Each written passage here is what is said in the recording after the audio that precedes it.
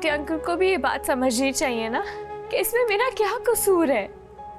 माशरे का बनाया उसूल है सारा, इनसे टकराने की जरूरत हर कोई नहीं कर सकता।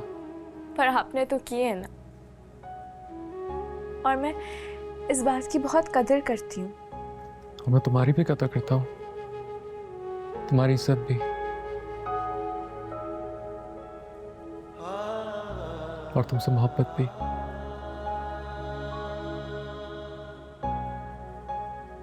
सारा, तुम मामा पापा का गुस्सा अपने फैसले से जिस तरह हैंडल कर रही हो ना, आई रियली अप्रिशिएट दैट। और पता है, मियाँ बीवी को ऐसा ही होना चाहिए, चाहे कुछ भी हो जाए, कोई भी मुसीबत आए, एक दूसरे का हाथ मजबूती से थामे रखे। ऐसे हर मुश्किल वक्त भी मुश्किल नहीं लगता।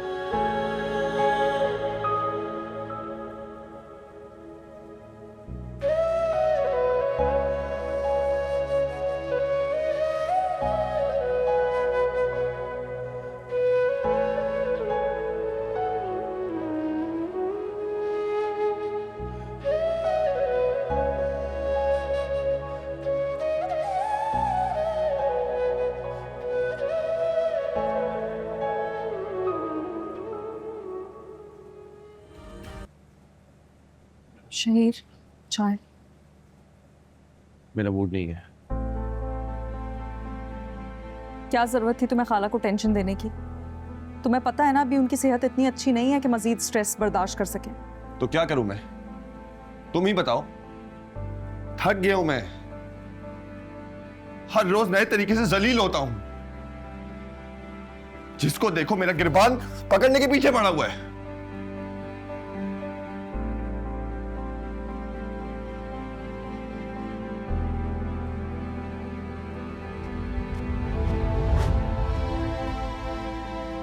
शहीर, तो लोगों का हाथ अपने गिरबान तक मत पहुंचने दो। अरे गैरों की बातों पर खुद को क्यों मार रहे हो यार? I think it is time हमें रियलिटी को एक्सेप्ट कर लेना चाहिए। हम कब तक एक इशू का दुख मनाते रहेंगे यार? प्लीज, हमें जिंदगी में आगे बढ़ने की जरूरत है। मूव ऑन करो। Move on? कितनी आसानी से बोल दिया ना तुमने मूव ऑन। लोग मेरे घर खरीदने के पीछे पड़े हुए हैं और तुम कह रही हो मैं नॉर्मल रहूं। कैसे? शहीर, कोई जबरदस्ती हमारा घर हमसे नहीं ले सकता है। तुम्हें याद भी है आखिरी मर्तबा हम दोनों कब सुकून से बैठ के बात कर सके हैं? कब तक हम उस एक इंसिडेंट की वजह से दुख मनाते रहेंगे? तुम्हें नहीं लगता हमारी पूरी जिंदगी अफेक्ट हो गई है? हमारा काम, हमारी मोहब्बत, हमारा रिश्ता, हर चीज अफेक्ट हो गई है शहीर।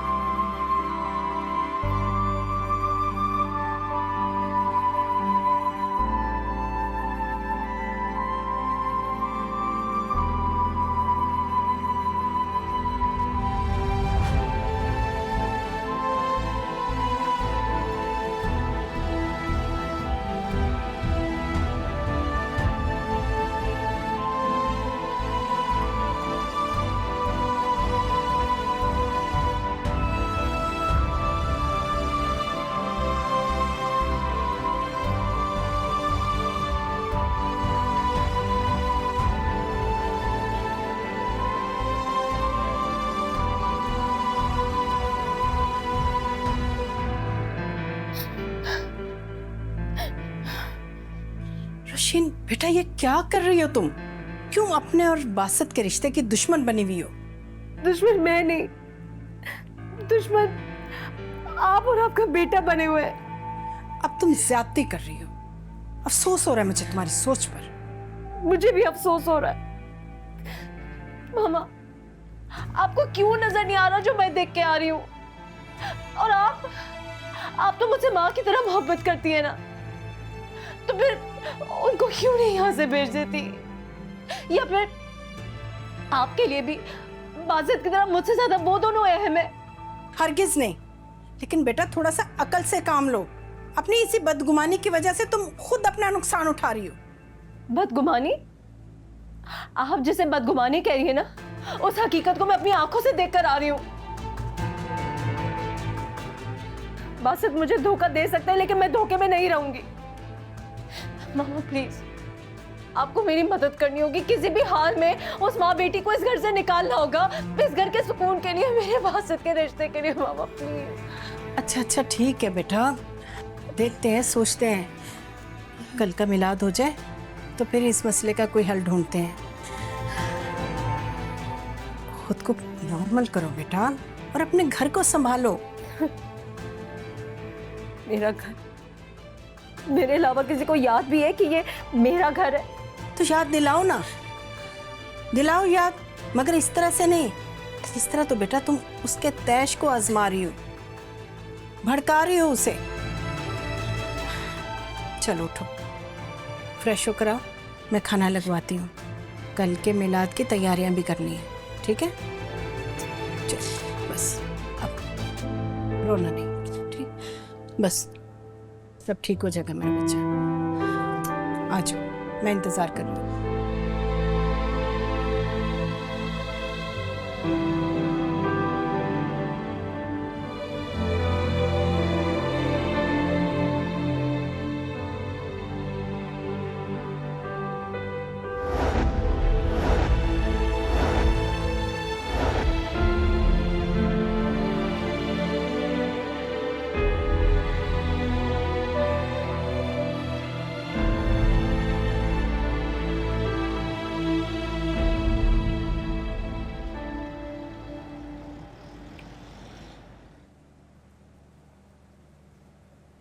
अच्छा, लाओ भाई लाओ, शाबाश, थैंक यू।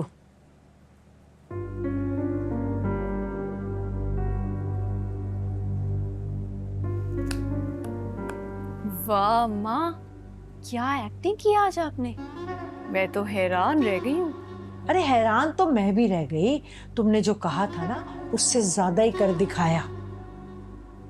बेचारी रोशीन की शक्ल तो देखने वाली थी, बड़ा ही तरस आ रहा था मुझे उस पर।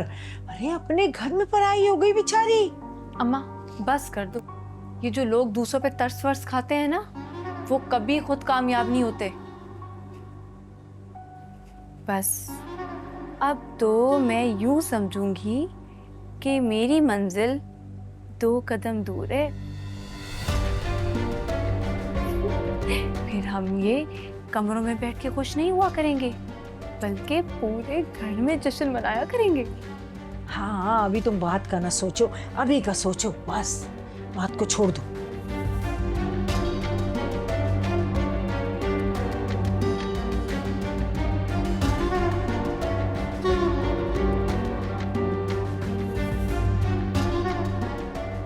अम्मा क्या सिचुएशन बताइए, तुम तो बड़ी छुपी रुस्तम हो। क्या पागल हो गई है? माँ को मिस नहीं बोल रही?